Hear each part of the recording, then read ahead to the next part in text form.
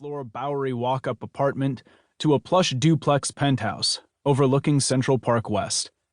A lifetime bounded on one end by a bleary-eyed, rancid-breathed mother, and on the other end by an overweight wife, two incredibly obnoxious children, and a different, high-gloss feminine companion whenever he felt the need for one, which was often.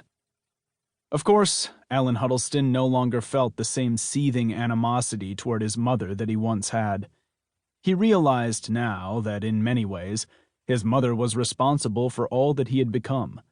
Wasn't it she, after all, who had thrown him out of the house when he was 12, telling him it was time he started supporting himself? If it were not for her parental concern, he might very well have become just another parasite, leeching off society, in the proud Huddleston family tradition. He'd started small, naturally, nothing more than stealing an occasional purse or rolling a convenient drunk. But Alan Huddleston was someone who knew how to seize an opportunity and make the most of it. A man with a true sense of destiny. "Me, Penny Annie? No way, man," Huddleston was fond of saying. "There's nothing special about being fifth-rate.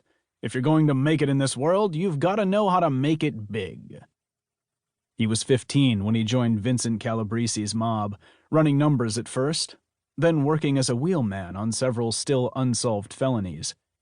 He could have become top muscle if he'd wanted to, but Alan Huddleston, as already noted, was ambitious.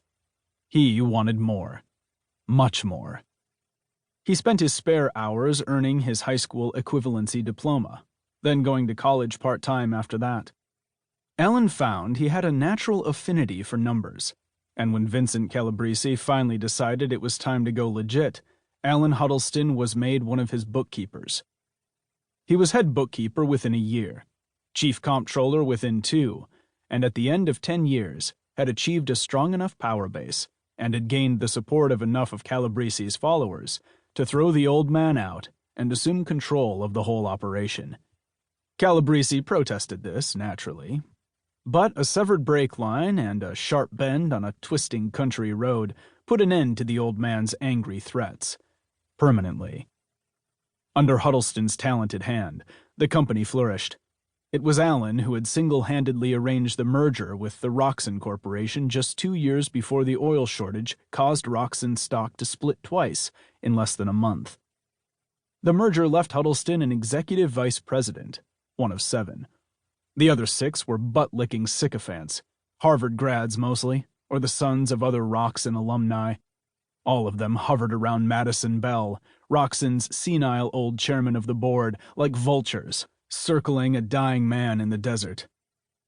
Normally, it would have nauseated Alan Huddleston to have been counted among this company, but since his under-the-table business dealings had left him, for all intents and purposes, the uncrowned king of Roxxon, he considered the position little more than protective coloration.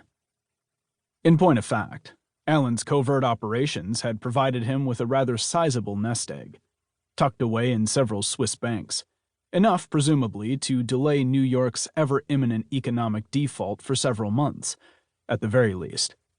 Realistically speaking, Huddleston had all the money he could ever possibly need in this life. But he also had one most unfortunate flaw in his character. Alan Huddleston was insatiably greedy. Thus, when the strange, stocky man with the soup bowl haircut and the thick, dark glasses had approached him regarding the possibilities of merging his resources with Huddleston's own, Alan had refused to diminish his already overstuffed coffers. That was several months ago. Now, Alan Huddleston was going to have to pay the price of his folly. God, he was tired.